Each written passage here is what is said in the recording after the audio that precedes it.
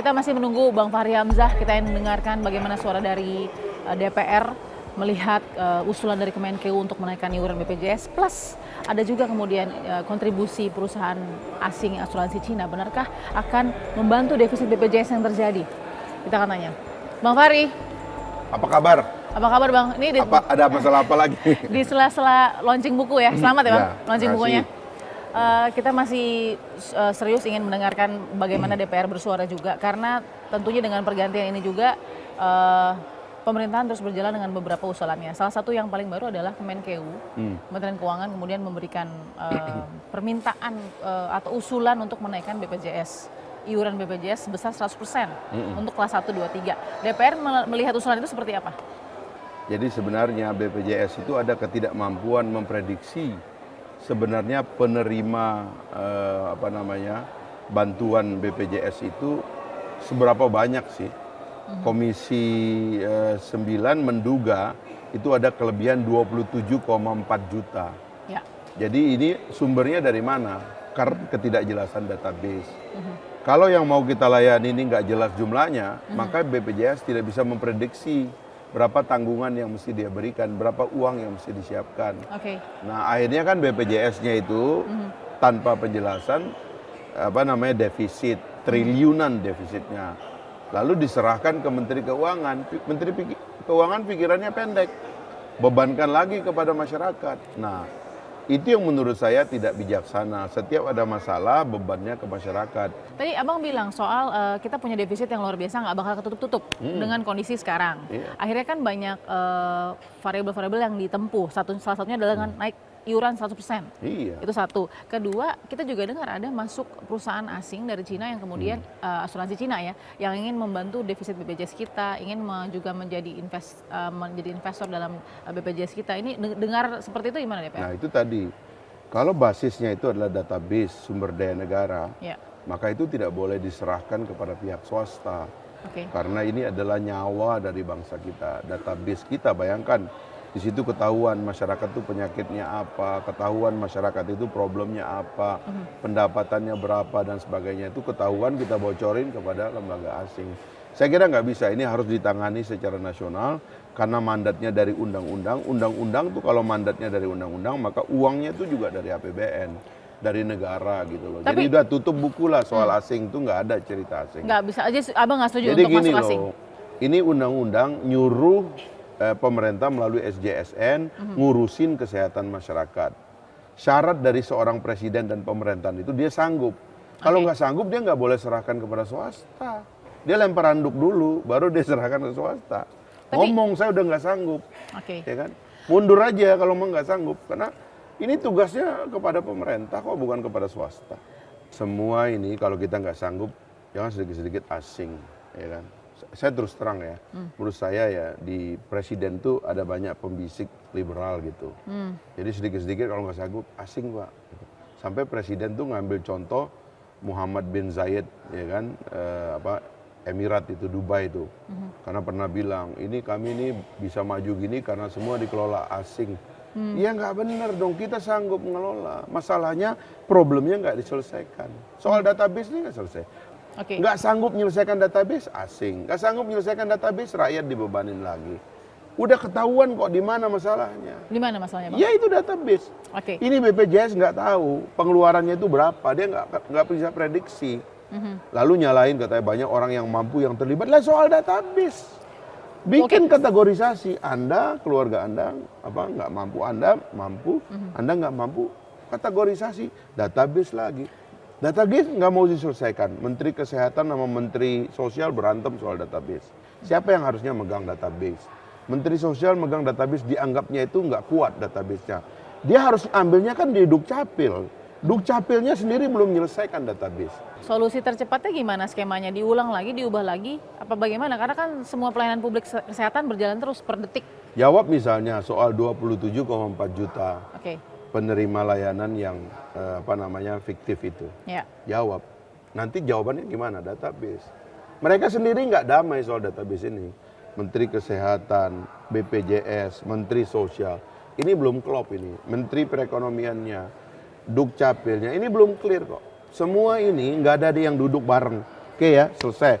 database kita cuma satu. Pada diri orang melengket atau melekat satu identitas. Sehingga saya tahu yang saya layani ini berapa banyak.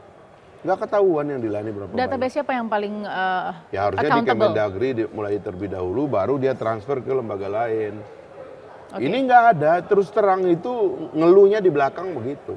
Pelayanan kepada masyarakat dan rakyat Indonesia bagaimana? Ya artinya kan kalau orang tuh udah nggak sanggup, ya jangan diterusin dong kerjanya. Ya kan, mundur. Ini nggak ada budaya mundur di kita, datang dong orang baru. Orang BPJS-nya bilang, saya mundur, saya nggak sanggup nih menyelesaikan ini. Mundur dong. Ini masih anteng aja di situ. Menterinya masih anteng, dirutnya masih anteng. Terima gaji gede, kerja nggak beres. Kalau nggak sanggup kerja itu tunjukin bahwa Anda nggak sanggup, caranya mundur. Oke. Gitu. Nanti mundurnya satu-satu ke atas tuh. Direkturnya nggak sanggup, dirutnya mundur ya kan. Ini menterinya mundur. Ke atasnya lagi harusnya mundur kalau nggak sanggup. Waduh. Jangan sedikit-sedikit bebanin rakyat, tunggu asing. Bebanin rakyat, tunggu asing. Tapi kebutuhan kesehatan kan per detik, Abang. Iya makanya, ya kan. Kemampuan kita harus lebih cepat dari itu.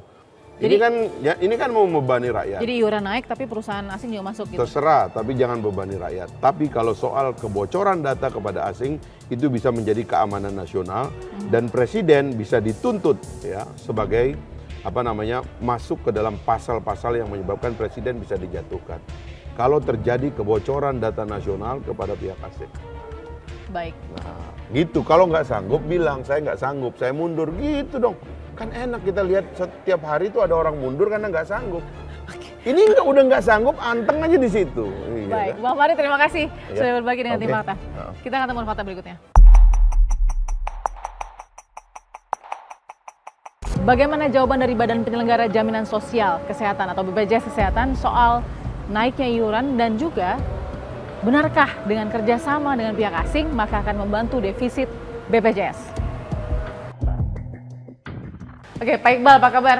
Baik, Mbak. Yang pertama saya mau klarifikasi yang memang sudah sepekan ini dibicarakan adalah naiknya iuran, tapi memang belum ketok palu gitu ya, Mas ya. Masih dalam pembahasan. Nah, itu usulan karena kita defisit atau memang sudah menjadi skema iuran yang baru dalam manajemen? Dari tahun ke tahun kan program ini kan selalu terbelit soal kemampuan bayar ke fasilitas kesehatan. Tanggung jawab yang disuntikkan oleh pemerintah meningkat secara tinggi dari tahun ke tahun. Sehingga karena selama ini iuran itu diberikan diskon oleh pemerintah dalam bentuk suntikan dana itu, ini mau diajak bareng-bareng nih menyelesaikan permasalahan pembiayaan program JKN. Pembiayaan program ini diharapkan berjalan, tidak ada keluhan menjadi minimal lah misalkan. Soal kalau antrian kan kadang dianggap hal yang biasa lah, orang hidup kan antri. Tetapi persoalan bahwa rumah sakit menunggu pembayaran BPJS Kesehatan itu real di depan mata kita. Karena iuran itu sumber modal untuk menjalankan program ini. Iuran ini kan seperti kaki-kakinya BPJS juga begitu paling tidak. Untuk siapa? Untuk masyarakat juga. Nah, sudah benar belum cross subsidize atau subsidi silang yang dilakukan? Apa jangan-jangan selama ini banyak sekali justru orang yang masih dibilang mampu atau bahkan kaya itu disubsidi oleh orang yang lebih tidak mampu. Dan ini tidak terdata karena database kita, mohon maaf juga nih Mas Iqbal, masih berbeda antara misalkan Kemenkes, Kemensos, BPJS, dan seharusnya kan database dipegang BPJS gitu ya. Database yang punya database lengkap di kami. Kenapa? Karena pintu masuknya ada data kepesertaan, ada data transaksi keuangan, ada transaksi pelayanan. Kalau kita bahas audit BPKP yang dianggap ada bermasalah soal data kepesertaan, itu masuk dari 2014. Apakah EKTP 2014 sudah ada? Belum. Kita menyesuaikan zaman ya, ketika EKTP dideklar sebagai salah satu parameter kependudukan Indonesia, BPJS menyesuaikan. Kita udah mirip bank sebetulnya. Bank tidak akan menerima penduduk yang tidak menggunakan EKTP. Kami juga begitu, supaya datanya valid harus ke server Dukcapil untuk dicek. Benarkah Mbak Balkis ini beneran penduduk Indonesia? Jangan-jangan banyak Balkis, orang yang sama tercecer di KTP-nya banyak sekali. Jadi tidak tepat sasaran, bukan saya yang menerima gitu, tapi Bukan. orang-orang harusnya orang lain yang berhak. Sedikit edukasi dari Mas Iqbal, karena begini, harusnya ketika iuran cukup itu kan karena semua membayar. Satu, disiplin membayar juga kan yang dipertanyakan.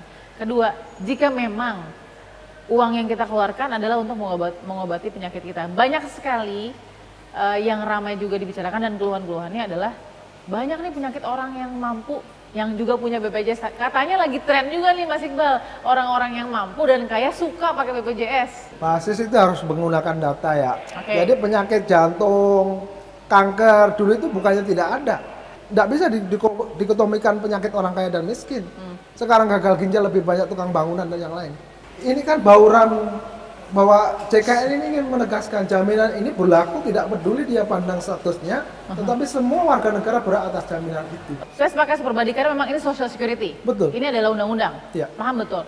Tapi ketika RS rumah sakit kolaps karena katanya kita belum dibayar BPJS nih sudah berapa bulan, banyak dokter yang mohon maaf jadi tidak bisa digaji sampai 7 bulan, bahkan ada dokter-dokter spesialis yang tidak digaji berapa bulan. Belum lagi kemudian ada yang sampai menjual alat kesehatan untuk menggaji dokter. Kondisi-kondisi ironis seperti ini akhirnya RS dijual. Makanya ada ketika pemerintah ingin menegaskan solusi komprehensif terhadap program ini. Ya. Jangan sampai berlama-lama terhadap misalkan kesulitan BPJS membayar rumah sakit. Oke. Bukan berarti kita bahagia ya banyak orang sakit. Ya. Tetapi soal jaminan manfaat ini menjadi poin penting. Memang ada biaya di sana. Kontribusi negara cukup besar. Ya. 96 ditambah 37 luar biasa itu yang di cover oleh negara. Sehingga masyarakat juga harus didorong untuk membayar dengan rutin. Satu, kita sepakat tadi iuran membantu defisit BPJS. Ada juga masukan dari Kementerian Maritim ya, Menko Maritim ya, Pak Luhut Binsar Panjaitan ya. Ini ada masukan, saya nggak tahu kacamata BPJS bagaimana menerima masukan ini, mengatakan bahwa untuk bantu defisit BPJS, itu kita gandeng perusahaan asuransi Cina atau asing ya, dari Tiongkok ya, yang bernama Ping An. Bukan hal yang tabu sebetulnya kita berkoordinasi dengan semua pihak. Kan kita tidak melihat labeling. Dari negara manapun kan tidak. Kan ini baru kenalan ya. Kalau ada pihak BPJS juga di sana dalam perkenalan ini kan Pak Dirut diminta ya. menghadap Pak Luhut. Ya. Lalu ketemu dengan perusahaan Ping An, itu. ya. Baru kenalan, nama saya Iqbal, nama Mbak Belkis, begitu baru. Belum hal yang lain. Oke, jadi mungkin nggak dengan kerjasama itu bisa membantu defisit BPJS jadi berkurang? Kan defisit itu sumber masalahnya bukan IT toh. Sumber masalahnya itu iuran yang tidak mencukupi. Oke. Ditambah ada yang peserta tidak membayar. Oke. Apakah dengan aplikasi nantinya orang yang tidak membayar menjadi sadar untuk membayar kan karena dimudahkan soal teknis membayar. Tetapi BPJS Kesehatan kan tidak berdiam diri. Ya. Sekarang di download mobil JKN itu sudah ada ketersediaan itu. Tentu karena ini masih awal sekali tentu kita tidak bisa ya menafsirkan apa yang dikehendaki oleh Ping An. Tetapi poin pentingnya adalah BPJS Kesehatan itu sebagai badan hukum publik bertanggung jawab penuh terhadap keamanan data peserta dan yang lain. Itu tujuan kita. Seandainya di masa depan ada kerjasama itu, Mas Iqbal, hal apa yang harus dijaga? Karena ini soal database. BPJS Kesehatan berkewajiban data individual yang dilindungi undang-undang itu dijaga betul. Ya. Kami concern terhadap ini sehingga berhati-hati sekali untuk mau menyerahkan data kepada pihak di luar BPJS Kesehatan. Jadi kalau sampai naik 100% defisit selesai ya? Karena nanti pasti masyarakat gini, nanti defisit lagi, naik lagi. Kan tidak cuma iuran ya, ada perbaikan kita bagaimana tata kelola untuk kasus-kasus di rumah sakit. Kalau cukup di puskesmas, kenapa harus ke rumah sakit? Jangan sampai itu justru penyebab biaya karena banyak kasus yang cukup ditangani puskesmas harus dirujuk ke rumah sakit. Mas Iqbal, terima kasih sudah memberikan keterangan lengkapnya dengan tim fakta ya. Kita juga sudah dengar tadi, memang masih ada PR di sana sini. Satu, database yang juga cukup sulit juga ya, Mas Iqbal, untuk dikontrol karena jalannya selalu by minute, real time itu terus bergerak. Kita akan temuan fakta berikutnya.